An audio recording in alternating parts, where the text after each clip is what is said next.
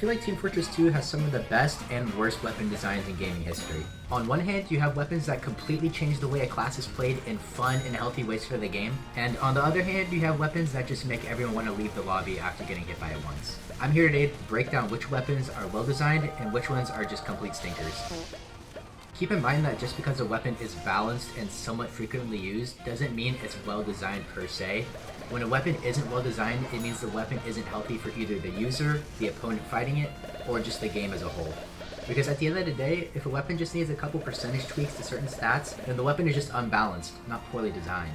So unfortunately, by that logic, some of our favorite weapons could end up on here as poorly designed. I also think taking third-party competitive and MDM into account would just further complicate things, especially considering the TF2 competitive meta isn't really about what's fun, but rather what's viable or just objectively the best weapon per slot. If something is even arguably worse, it won't even get used. But at the same time, there's weird niche scenarios where dog-shit weapons make their way into the meta. For example, the Flog is a pretty bad weapon considering everyone knows how to range a pyro in a fight once you're at least somewhat okay at the game. And Pyro's Air Blast is kind of everything in competitive, so giving it up for crits is a really terrible idea. But in Highlander, on the second port of Swiftwater, the only two ways to enter are from these little chokes on the low ground. So teams make it at least a priority to contest this area. But the only way in is through this one-sided gate, so all of red just kind of clumps up in this little building. I'm sure you can see where this is going. Pyros would farm the Flog meter on first, then Flog into this little area once they got access to it, and melt everyone with an Uber charge. However, teams adapted to this and would just solo Uber their own Pyro to hold the choke and air blast the Flog Pyro back. So people had the idea to equip the man treads and just ignore the air blast and kill everyone. That kind of worked, but the Pyro would just time the reflex to the soldiers' rockets, so soldiers then equipped the beggar's bazooka to throw off the Pyro. Then demos started running the loose cannon to push them back even more, and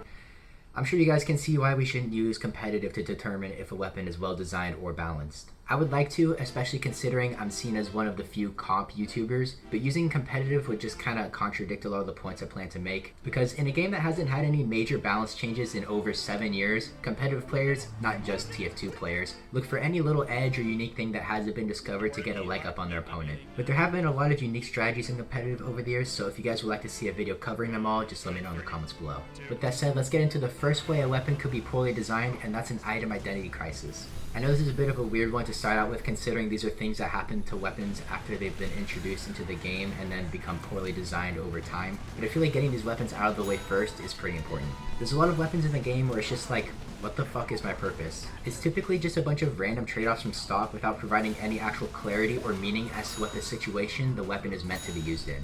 Look at the direct hit. It's clear that its stat changes from stock have a very clear synergy and purpose. You give up the general reliability of the stock rocket launcher's crowd control and medium consistent damage for risky, high damage against single targets. Faster projectile speed, increased damage, and mini crits on airborne targets in exchange for almost no explosion radius indicates on paper and in practice that it's perfect for single targets rather than crowds. Now look at the Liberty Launcher. What exactly is this thing for? You get one extra rocket? Alright, maybe it's good for prolonged fights. Minus 25 damage from rocket jumps? Okay, maybe it's supposed to be used as like a weapon for roaming around the map and taking isolated fights. Oh, nope, never mind. What's the last stat? If it's increased firing speed, I could see this being useful for some kind of like little mini roaming beggars while still maintaining consistency in your rocket's trajectory. That literally just messes with your timing of your rocket jumps. You really have to dig deep to make this thing work. I'm sure someone in the comments has this go-to loadout with the Liberty Launcher that somehow gets value like Barb Huntington. The Pumpson is another clear example of this. Like, what are you realistically doing with Uber Drain and Cloak Drain on a weapon that's impossible to hit someone with? It really feels like the only thing you should be doing with this thing to get value out of its niche upsides are spamming it down a choke, hoping you hit 2 of the 9 classes it has a specific downside for, which isn't even what an engineer should be doing, which perfectly transitions into my next reason as to why a weapon could be poorly designed, and that it doesn't fit the class's function. There aren't too many weapons like this in TF2 where the weapon just objectively goes against what the class is supposed to be doing, but there are still some. I know this could land me in a lot of hot water in the comments, but listen before you drop a classic TF2 passive-aggressive truth nuke down there, alright? And that's Pyro's flare guns. Mainly the squirt shot, but still. Pyro, as stated by Valve, was intended to be a close-range ambush class. The point of the flare gun line, as I see it, doesn't add much to Pyro except confuse their role. If you want to make him more of a mini-tank support thing with a homewrecker and air blast, That's cool, but don't also give him a mediocre long-range option without following up on it with some kind of long-range flamethrower that combos with it. Maybe they can make it so that it fires in spurts the same way flamethrower operators would use their flamethrowers in World War II. But spamming flares at a long range is just really not a good idea as Pyro. Yes, you can technically get kills on unaware snipers and NGs, but if you're out in the open as Pyro, not only is an at least mediocre sniper gonna take your head off, you're in the open as Pyro. Literally all of your primaries and melees are meant for close range. It's like everything in your loadout is meant for close range and the flare guns just go against that synergy. To me, the flare guns were meant to be finishers or combo tools, and Valve kinda tried to make them less effective at long range with an arc, but in my opinion it wasn't enough. Because let's be honest, genuinely hitting a solid 2 flare on a light class from long range is pretty unrealistic. I know there's some people who can swear they can consistently do it, but let's be honest, there's a good amount of luck involved. All you can really do is aim in the direction they're already moving and hope they don't hit a little double take or sidestep. To kind of match the identity of the Pyro, they should increase the arc and add a little bit of afterburn splash so you can change your next target maybe. Having the flare guns be that effective at long range is just kind of a tease. Like yes, Pyro can snipe some players if you stand still and aim perfectly, but it's not really the point of Pyro. They either need to give him more long range options or focus on making the flare guns more of a combo tool. Now I'm not saying the flare guns as a whole are poorly designed, they're fun to fight with and against, they're simple to understand and extremely balanced. I'm just specifically pointing out how the long-range aspect of the flare guns contradicts everything else about the Pyro. On the contrary, the gloves of running urgently are extremely well designed for the heavy. They give mobility to a class whose main drawback is not having any, which you could easily say contradicts my previous point. Why can the Pyro not have something that gives him long range, but the heavy can have something that increases his mobility? They both seemingly make up for the class's main weakness, so what's the deal? The gloves of running urgently, or GRU, force the heavy to either choose between dealing damage or being mobile. Unlike certain balance mods, GPS mod, you can either retreat from a fight or get into a fight with the GRU. The heavy's lack of mobility during combat is still there, which is when it counts. Pyro just being able to poke at long range whenever it is a problem because the flare guns are pretending to be a viable long range option instead of giving him a way to work around that long range. Not to mention the GRU isn't on the demand mobility the same way the rocket launcher is. Heavy players still have to unrev their minigun and pull out their melee to get the effects. Now if they made the detonator to be a big flashbang kind of thing to give the Pyro a big burst of fire while he crosses a sightline so they can get from the main choke to a flank, that would work because it doesn't give him an option to fight at long range, it gives him an option to work around that weakness so he can get close, which is where his class is meant to be. We all know lions hard counter humans in a 1v1 in the wild, and our main way of not getting eaten by lions is traveling in packs, but instead of giving humans that pack option and instead you gave one human Wolverine claws to fight the lion, like yeah, if you replay the battle over and over, the human could get lucky a couple of times, but the human shouldn't be trying to get their one against the lion. The Pyro's best way of dealing with a sniper is to sneak up on him at close range, not challenge a sniper to their own game where you only win if your league's better than them. I know TF2 isn't such a cut-and-stone game where X class counters Y. Any class can realistically have a good chance against another given the right circumstances, but each of the classes do have their unique identity when it comes to combat, and I do generally think that should be preserved. Now over the years, Pyro has kind of gotten objectively worse in 1v1s because the class is pretty easy to zone and play around once you've gotten enough matchups under your belt, but giving the class a shitty little long-range poke tool just confuses what the class is supposed to be even further. Pyro can already fit into multiple roles without any major unlock changes. Another good example of what I'm talking about would be the Blutsauger for Medic. It gives new medics the idea that they can reliably defend themselves, or worse, be capable of taking 1v1s with other classes. The only time this range guns are genuinely useful are when you're getting chased and running backwards in a straight line while your attacker also runs in a straight line. As a medic, your job is to 1. Heal people, 2. Stay alive. That's it. There's literally no point in fighting anyone as medic unless you think you can get a free Ubers on them. And I mean free. Not some random scout you encountered on the flank, I'm talking like 5 big buff dudes jumping some free-to-play spy in your backlines. You should only really be going for saws when your survival is at least 98% guaranteed. Keyword being should, you know, myself included, I don't always follow this rule. But when you design a weapon like the Blutsauger, you make medics think they should be doing anything but healing and staying alive. Let me ask, does medic do anything other than heal people and stay alive in Meet the Medic? I mean, you see him running it down with the syringe gun in other Meet the Team videos and eating the most voluptuous pile of shit. Almost like he shouldn't be doing that or something. So why did we design a weapon that encourages medics to go for damage? The overdose is designed to be a good escape option for the medic when he has a lot of Uber, and the crossbow is meant to increase your healing output and range, and potentially get some cheeky snipes on retreating players when it's safe. To me, medic is the one character that gets a pass on camping, because, you know, he's not supposed to die. But there's a lot of weapons that just encourage a campy playstyle, which is not healthy for the game or fun to fight against to begin with. I'm not saying you should just hold W into the enemy team while defending upward last, but there's definitely weapons that encourage classes to camp when they really shouldn't be. For example, Demoman is the quintessential class for spearheading pushes in competitive— Whoa! Caught myself there. Competitive aside, laying traps and spam are basically the only defensive thing Demoman can do. His two primaries are arguably two of the best offensive weapons in the game by themselves, let alone paired together. I mean, just look at Scary Broccoli's channel. Just his random background footage is him cleaning house with just a couple pipes and stickies. But Demoman's defensive potential isn't even defensive necessarily. It's more of area denial / control. You can be offensive with stickies by securing space for your team or fleshing out an area your team needs control over.